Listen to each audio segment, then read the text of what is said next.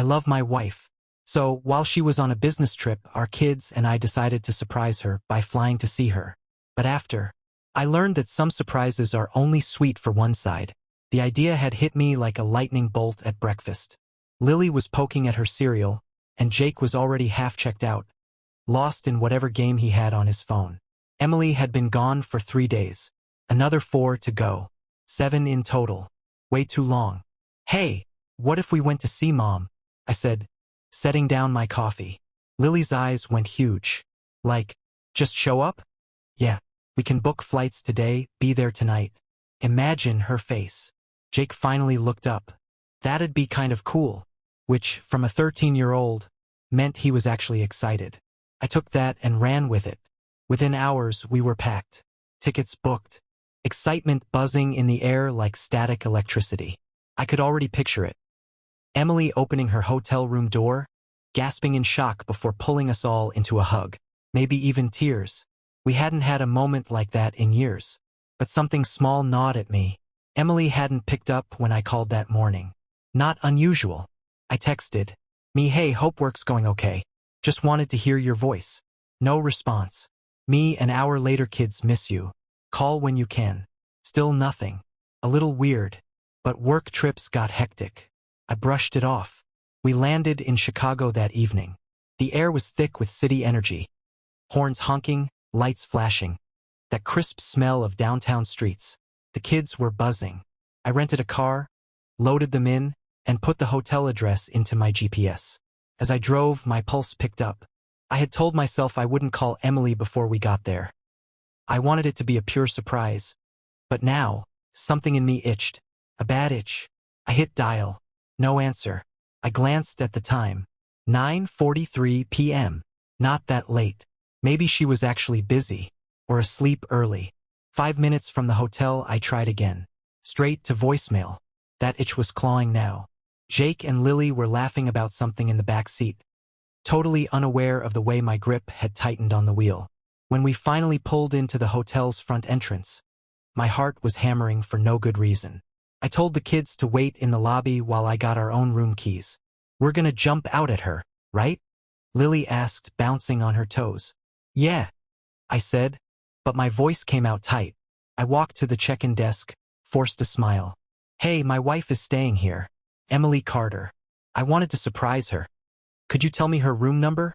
The receptionist smiled politely. I'm sorry, sir. We can't give out guest room numbers. Right? Of course. I slid my credit card over. Could you at least call up and tell her her husband's here? She nodded and picked up the phone.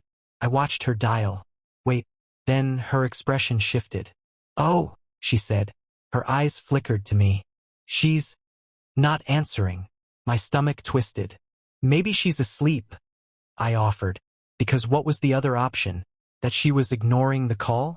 The woman hesitated, then glanced at her computer screen. It does say she checked in with a +1 though. +1. My vision tunneled. Sorry, what? My voice sounded distant, like it was coming from someone else. She blinked. Yeah. The room is under her name, but she listed an additional guest. I just thought you knew. I stared at her, and then I laughed. Just laughed.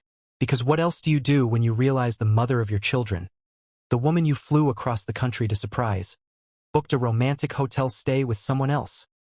My laugh must have unsettled the receptionist because she immediately looked nervous. I wasn't even angry yet. I was in that weird space right before the explosion, where everything is too quiet inside your own head. Sir? She asked cautiously. Who's the +1? I asked, my voice steady. Too steady. She hesitated. I can't disclose that information. I exhaled slowly through my nose. Right? Okay. Then I need a room. Her fingers flew over the keyboard. I could see she was trying not to make eye contact. She knew.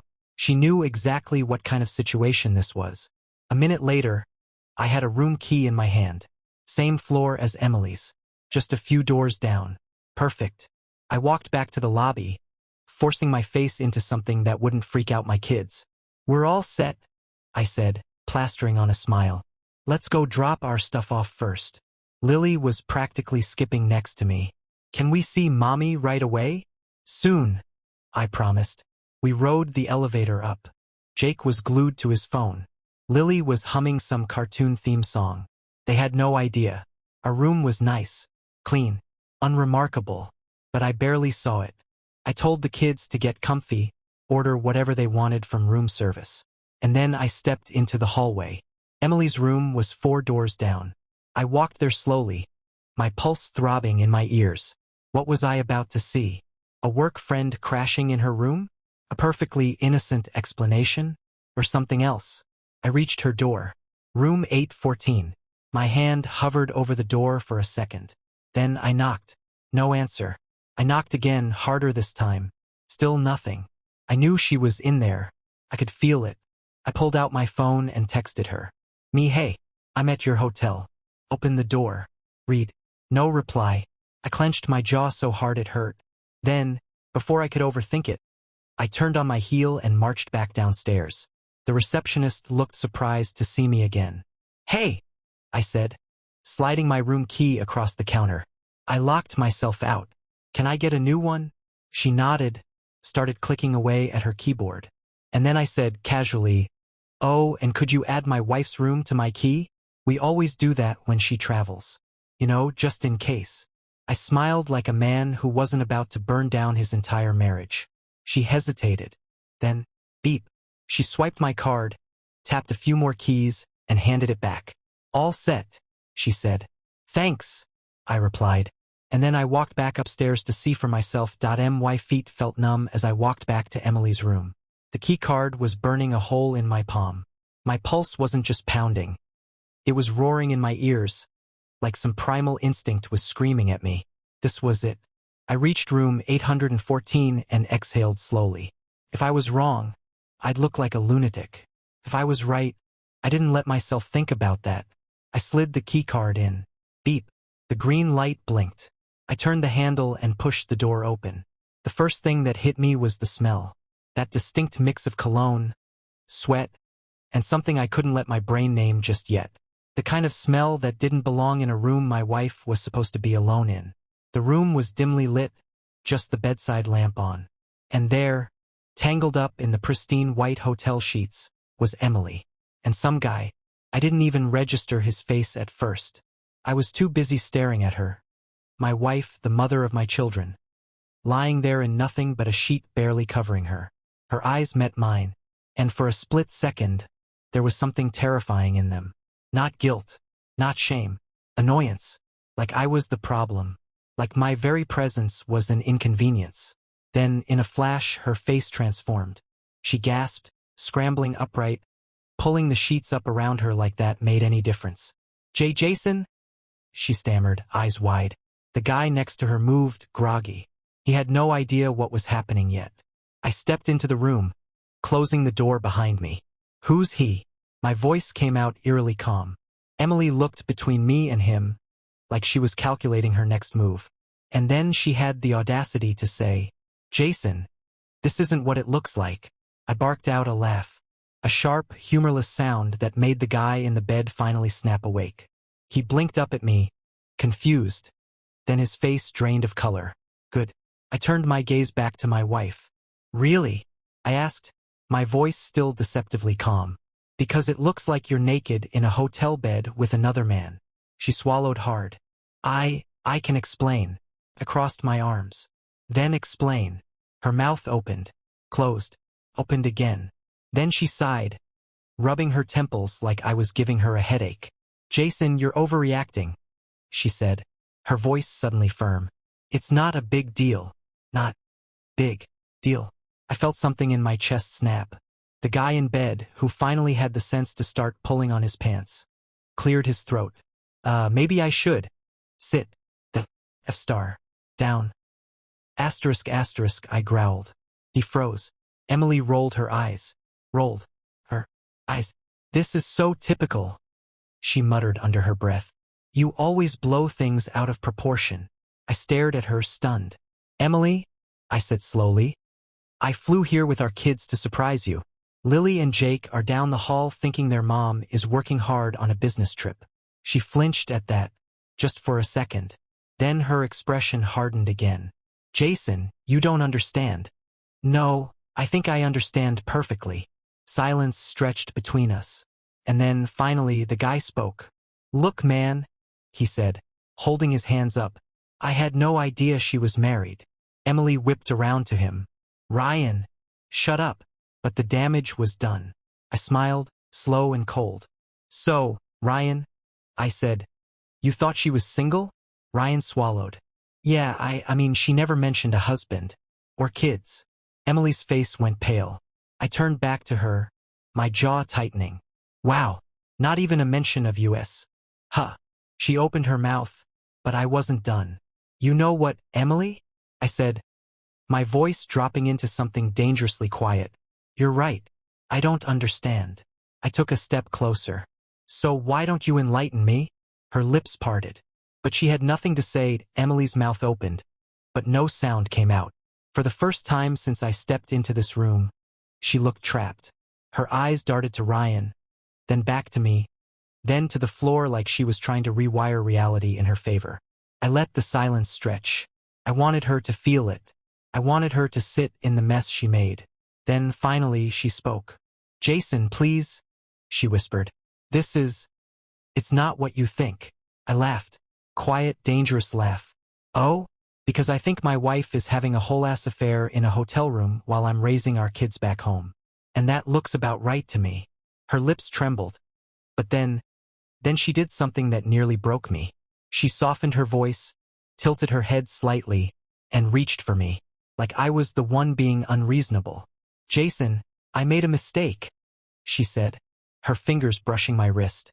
But it's not what you think. Ryan shifted uncomfortably. Emily, I should probably go. Shut up, Ryan.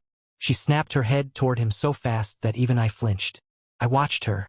Watched the way her body tensed, the way she gritted her teeth. She wasn't ashamed. She was angry that she got caught. I took a step back, shaking my head. You know what? Just tell me the truth, Emily. For once. How long has this been going on? She hesitated, just for a fraction of a second. But it was long enough. Ryan exhaled sharply and ran a hand through his hair. Oh, me, he muttered under his breath. That long, huh? I said, watching her closely. She snapped. Why does it matter? She burst out. Jason, seriously, why are you making this into some giant betrayal?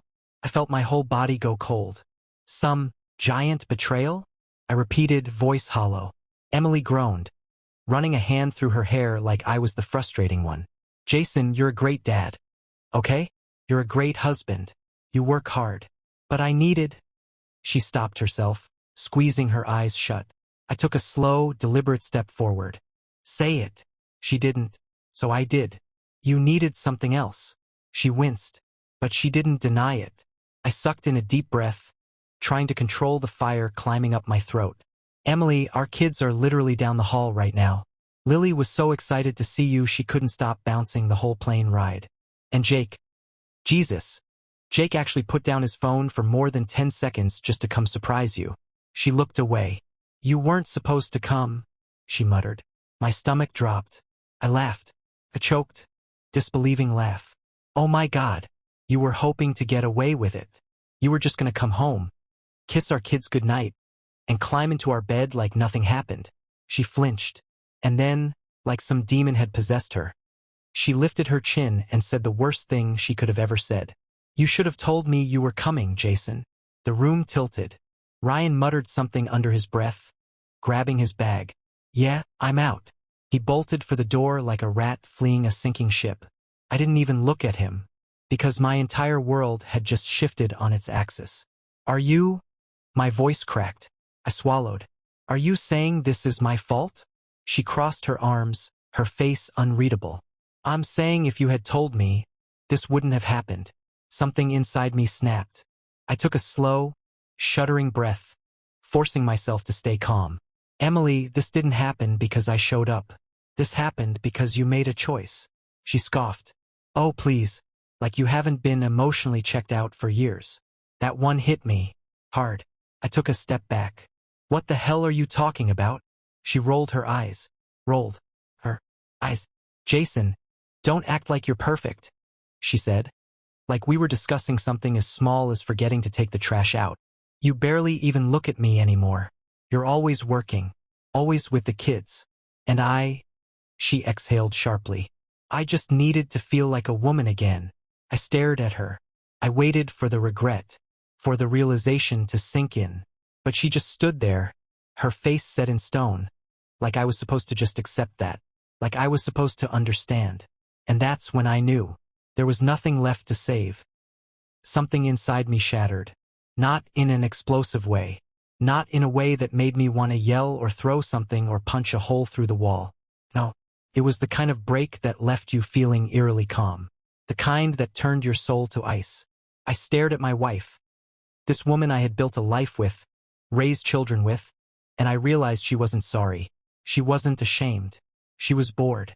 I let out a breath, slow and steady, like I was grounding myself before stepping into a fight I knew I was about to win. Okay, I said. Emily blinked. Okay, what? Okay?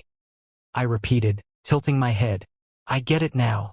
She shifted her weight, crossing her arms tighter over herself. Jason, don't do this dramatic. You're not in love with me anymore. I interrupted. Her lips parted. I took a slow step forward. You haven't been in love with me for a long time, have you?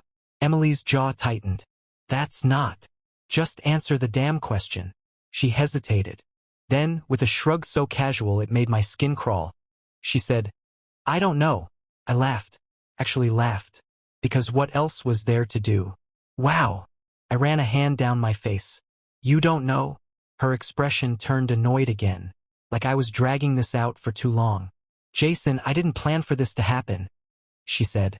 Like that made it better. It felt good to be wanted.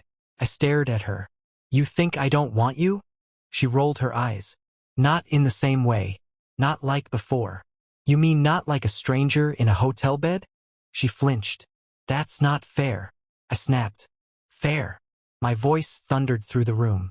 Oh, I'm sorry, Emily. Is this situation not fair to you? Is this hard for you? She had the nerve to look away. You want to feel like a woman again? I scoffed. Try feeling like a husband who just found out his wife has been sneaking off to hotel rooms with random men while his kids beg for her attention back home. She let out a slow breath, pressing her fingers to her temples like I was giving her a headache. And that's when I knew. She wasn't listening. She wasn't processing. She was just waiting for me to shut up. I looked at her, really looked at her. At the woman who used to cry when we watched sad movies. Who used to leave little notes in my lunchbox before work. Who used to laugh so hard she couldn't breathe when Jake would tell his dumb little jokes at dinner. She wasn't that person anymore.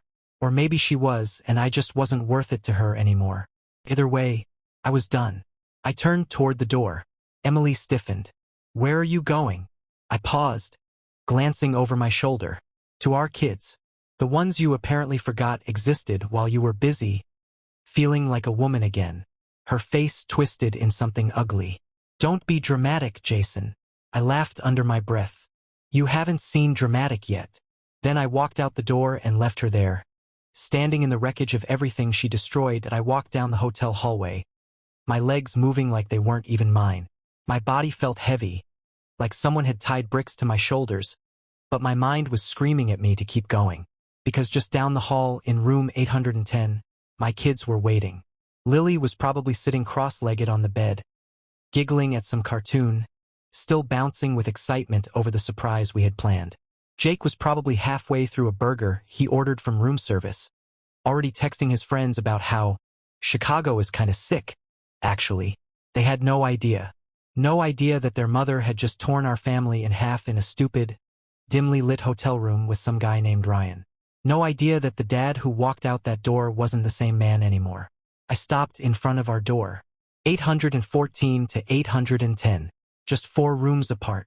For doors down, their mother was probably still sitting in bed, running her hands through her hair, annoyed at me. Not guilty. Not heartbroken. Just annoyed. I clenched my jaw so hard it ached. Then, finally, I swiped the keycard. Beep. Green light. The door opened, and I barely had time to step inside before Lily came flying at me. Daddy, did you see her? She squealed, hugging my waist. Was she so happy? Did she cry? The lump in my throat nearly choked me. I forced a smile, swallowing the bile in my throat. Not yet, baby, I murmured, running a hand through her soft curls. She was busy. We'll see her in the morning. Okay? Her little face scrunched in confusion. Oh, okay. But she was so trusting, so pure, that she just nodded and let it go. Jake was lying on his bed, one arm behind his head, half watching TV. So, what's the plan? He asked, popping a fry into his mouth. My mind blanked. Plan? There was no plan anymore. I was standing in this room, pretending like everything was fine, while their mother was probably scrambling for excuses just 4 doors away. I had to get them out of here. You guys want to do something fun? I said suddenly, forcing my voice into something light, normal.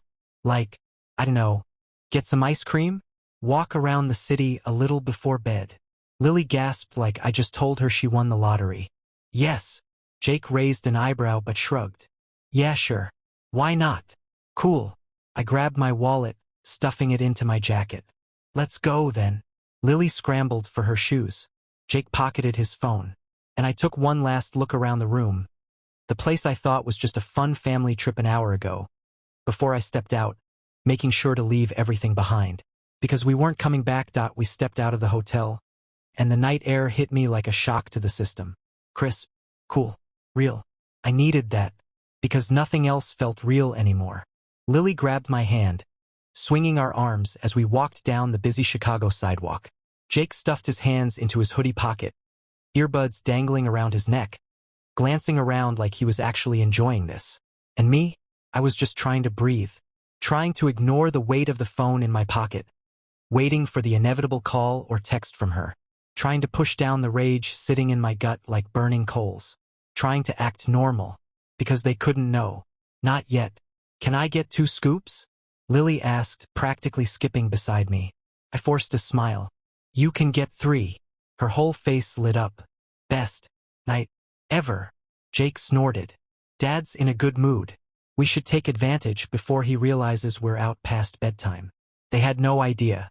We found a small ice cream shop, neon lights glowing against the dark streets. The smell of waffle cones and sugar hit me like a memory from a lifetime ago. When things were simple, when a surprise trip meant happiness, not disaster. We ordered. Lily got rainbow sprinkles. Jake got chocolate fudge. I got something, I didn't even know what. I just needed to keep moving, keep the night from collapsing in on itself. We sat at a little table by the window, and for a while it almost felt normal. Lily talked about school. Jake made fun of the way she still colored outside the lines. I nodded, laughed when I was supposed to, took bites of my ice cream that tasted like nothing. And then, my phone buzzed. I knew who it was before I even looked. My stomach twisted as I pulled it out. One new message. Emily, Jason. Where are you? I stared at it. My thumb hovered over the screen. And then, I turned the phone off and slid it back into my pocket. Because she didn't get to ask that. Not after what she did. Hey, Dad. Jake's voice pulled me back. I looked up. Yeah. He narrowed his eyes at me. Too smart for his own good. You okay? I hesitated. Then finally I smiled. A real one this time. Yeah, buddy, I said, glancing between him and Lily. I'm perfect. Because for the first time all night, I wasn't thinking about her. I was thinking about us, and how I was going to get my kids the hell away from her. By the time we got back to the hotel, I had made up my mind. We weren't staying. I didn't care that our luggage was still in the room. I didn't care that we had technically booked the trip for 2 more nights. I was getting my kids out of this mess before it touched them. All right, guys, I said, forcing my voice into something casual as we stepped into the elevator. Change of plans. We're heading home tonight. Lily gasped. What? But we just got here. Jake furrowed his brows. Why? What about Mom? I exhaled slowly. Something came up. Jake stared at me. He wasn't stupid. He knew something was off. But Lily was still too young to see the cracks in my voice, and I needed to keep it that way. But Daddy, she whined, her lower lip jutting out. We didn't even get to surprise her yet. I swallowed the lump in my throat. I know, baby, but we'll see her when we get home. Okay? The elevator dinged. Our floor. We stepped out, heading toward our room. Just keep moving. Keep them distracted. But the moment we turned the corner, Emily was there, standing right outside our room, arms crossed, waiting. Lily lit up. Mommy! She ran toward her, but I caught her by the shoulders just before she reached her. Go inside, Lil, I said, my voice steady but firm. Jake! Take her. Jake hesitated, glancing between me and Emily. He knew something was wrong, but finally he nodded. Come on, Lil. But now, I said, my eyes never leaving Emily's. Lily pouted, but she followed Jake inside. The door shut behind them, and just like that, it was just us. Emily let out a sharp exhale. What the hell, Jason? I stayed silent, just watched her. She looked disheveled, hair messy, eyes sharp, like she had been pacing ever since I left her in that room with Ryan. Good, she scoffed. Oh, so now you're not talking? That's real mature. I clenched my jaw. What do you want, Emily? She threw her arms up. I want to talk. You just stormed out like a lunatic, took our kids, and disappeared. Do you have any idea how that looks? I laughed. A quiet, bitter sound. Oh, I'm sorry. Does it look bad for you, Emily? Does it look like maybe you're a terrible wife and mother? 'Cause guess what? You are. Her face twisted. Jason, lower your voice. Or what? I stepped closer, towering over her. You don't get to tell me what to do anymore. She flinched. For the first time, real fear flashed in her eyes. Good. She should be afraid. Not of me hurting her, but of what came next. Because I wasn't just mad. I was done. Jason. She tried again, softer this time. Please, let's go inside and talk. I shook my head. There's nothing to talk about. Yes, there is. Her voice cracked. This is our family, Jason. I let the silence stretch, let her squirm in it. Then, finally, I said the words I knew would break her. You should have thought about that before you got into bed with another man. Her face crumbled. For the first time all night, she looked like she actually felt it. Like she finally understood what she had destroyed. But it was too late. I pulled my room key from my pocket, opened the door, and stepped inside. Before I shut it, I turned back to her one last time. I'll be filing for divorce when we get home. Then I closed the door in her face. The moment the door clicked shut, I let out a breath I didn't even realize I was holding. My hands were shaking. My jaw was so tight it ached. But my mind, clear. This was happening.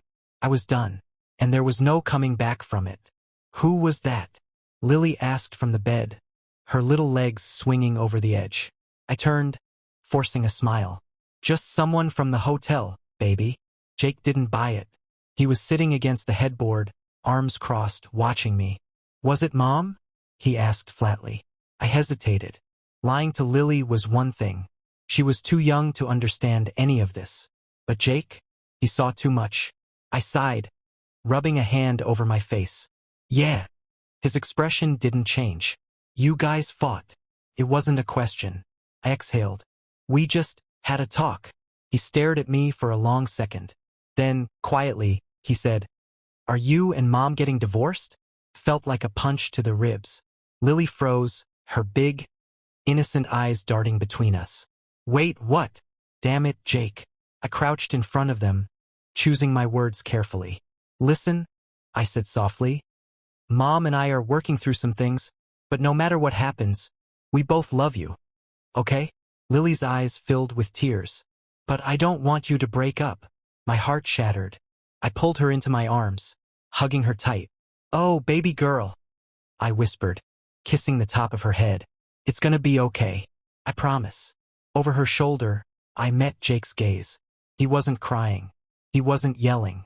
He just looked tired. And in that moment, I knew. He already understood. He knew things weren't fixable. He just wasn't ready to say it out loud yet. Lily sniffled against my shirt. Can we just go home now? I swallowed the lump in my throat. Yeah, baby. We're going home. Jake nodded. Good. And just like that, it was decided. We were leaving. I grabbed my phone and booked the earliest flight out. One way. No return. Because we weren't coming back. Not to this hotel. Not to this city. Not to her. By the time we reached the airport, The weight on my chest had settled into something cold. Heavy, but steady. It was over. No more pretending. No more pushing through the lies. No more waiting for Emily to come home only to feel like a ghost in my own marriage. The only thing that mattered now was getting them out. My kids. Lily was half asleep against my side as we sat at the gate. Her little fingers still curled around my sleeve like she was afraid I'd disappear. Jake had his hood up, scrolling through his phone, but I could tell he wasn't really looking at anything. He was processing, thinking. I didn't check my phone. Not once. I knew Emily was texting, calling, probably spiraling, but she wasn't my problem anymore. Do you think Mom's gonna come home after us? Lily mumbled, voice thick with sleep. I forced my fingers to unclench. I don't know, baby. She yawned, rubbing her eyes. I hope she does. I didn't answer, because I couldn't lie to her. Jake, on the other hand, snorted under his breath. She won't. I shot him a warning look, but he just shook his head. She didn't care we were here, Dad. She didn't even ask to see us. His voice was quiet, but sharp. She only wanted to talk to you. That says enough. I winced, because he was right. Emily hadn't fought to see them, hadn't called me begging to hug Lily one last time, to apologize to Jake, to explain herself. She had only wanted to control the situation, and when she couldn't, she let them leave, without even a goodbye. Lily blinked up at me, confused. Mommy still loves us though, right? My throat closed up. Of course she does, I murmured, pressing a kiss to her forehead. She always will, and maybe that was true. Maybe Emily did love them in her own way, but love wasn't enough, because if it was, we wouldn't be sitting here waiting for a flight back home, without her. A flight attendant's voice crackled over the intercom. Our plane was boarding. Come on, I said, standing and grabbing Lily's small backpack. Let's go home. Jake didn't say anything, just nodded. And as we walked toward that plane, something in me felt lighter, because for the first time in a long, long time, I wasn't just leaving Emily behind. I was taking my life back. The flight was quiet. Lily curled up against my side, her tiny body rising and falling in deep, innocent sleep. Jake had his earbuds in, staring out the window, but I could tell he wasn't listening to anything, just watching the dark sky stretch out over the clouds. And me? I sat there, staring at the seat in front of me, running through every moment of the last 24 hours like I was watching a movie I never wanted to see again. The way Emily's face twisted in annoyance when I caught her. The way she made me feel like it was my fault. The way she let us leave without even saying goodbye to her kids. I clenched my fists, then forced them to relax. It didn't matter anymore. We were going home. But the problem was, home wasn't home anymore. The moment we stepped off that plane, everything was different. We landed in the early morning, the sky still tinged with gray as I loaded the kids into the car. The drive back felt too quiet, like even the world knew something was broken. When we pulled into the driveway, Lily stretched and let out a sleepy yawn. Mom's still at the hotel, right? Jake shot me a look in the rearview mirror, waiting for me to answer. I took a slow breath. Yeah, baby. She nodded, satisfied. Okay, I'm gonna make her a card for her when she gets home. Jake looked away, didn't say anything. I unlocked the front door, and the moment we stepped inside, the emptiness hit me like a truck. The air was still, too still, like the house knew Emily wasn't coming back. Lily kicked off her shoes and ran to the living room, already rummaging for crayons. Jake walked in slower, his eyes scanning the space like he was seeing it for the first time. I dropped my bag by the door, exhaling. And then, before I could stop myself, my eyes flicked to the kitchen counter, where Emily's coffee mug still sat from the morning she left. Cold, untouched, a reminder of the life we had before I knew the truth. Jake must have followed my gaze because he scoffed under his breath. Guess you don't have to make her coffee anymore. I swallowed hard. Jake, it's fine, he muttered, walking toward the stairs. I'm just gonna go to my room. I let him go, because what was I supposed to say? That it wasn't fine? That I wished things were different? That I wished, against all logic, that Emily had just been a better liar? I closed my eyes for a second, ran a hand over my face, and sighed. Then I turned to Lily, who was already scribbling furiously on a piece of paper. "Daddy, how do you spell love?" My throat tightened. I crouched beside her, brushing a curl from her face. "Love, baby." She grinned, carefully writing each letter in big, uneven handwriting. "Love." And underneath it, she wrote MOM. I had to look away, because I couldn't do this right now. Not when my daughter still believed her mother was coming back. Not when I wasn't sure how to tell her the truth. Not when I wasn't even sure what home was supposed to be anymore.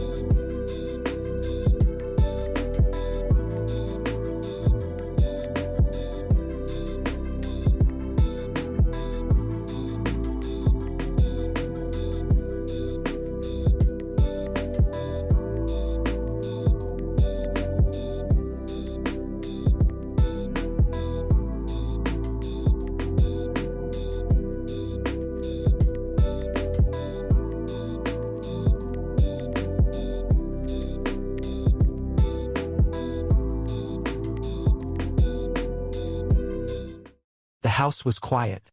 Too quiet. Jake was in his room, door shut, probably texting his friends about how his family had just exploded overnight. Lily was still at the kitchen table, tongue sticking out in concentration as she carefully colored in the heart she had drawn next to the word mom. And me? I was just standing there, staring at my daughter's perfect little handwriting, wondering how the hell I was supposed to tell her that her mother had already walked out of this family long before I caught her in that hotel room. I pulled out my phone. No new messages. Emily had given up. No more texts. No more calls. Not even a fake excuse. I don't know why that hit me harder than anything else. I had spent years choosing her. Choosing our marriage. Choosing our family. And the moment she realized she couldn't talk her way out of this, she stopped choosing us altogether. "Daddy." Lily's soft voice snapped me back. I looked down. Her big, round eyes blinked up at me, full of trust. "When's mommy coming home?" My chest felt like it was caving in. How do you tell a 6-year-old the truth? How do you tell her that the woman who tucked her in at night, who kissed her boo-boos, who promised she would always be there, wasn't coming back? You don't. Not like that. I crouched beside her, brushing a hand over her hair. "Mommy's gonna be away for a while, baby." She frowned. "Why?" I swallowed hard. "Because grown-ups don't always get things right. And sometimes, when they make mistakes, they have to go figure things out on their own." She considered that, her little fingers tracing over the heart she had drawn. "But she still loves me, right?" My breath hitched. I forced a smile. "She'll always love you." It wasn't the full truth, but it was her truth. The one she needed. The one she'd hold on to until she was old enough to understand the real version. She beamed. "Okay. Then I'll save this for her when she gets back." I nodded, my throat too tight to speak, because she didn't know. She didn't know that the card she just made, it would sit on the counter for days, weeks, months. She didn't know that every morning, she'd wake up and run downstairs, expecting to see her mom drinking coffee at the table. She didn't know that one day, she'd stop asking. That one day, she'd forget she ever made this card at all. And that was the part that broke me the most. Because no matter how much I hated Emily for what she did, I hated that she could still break our daughter's heart without even being here.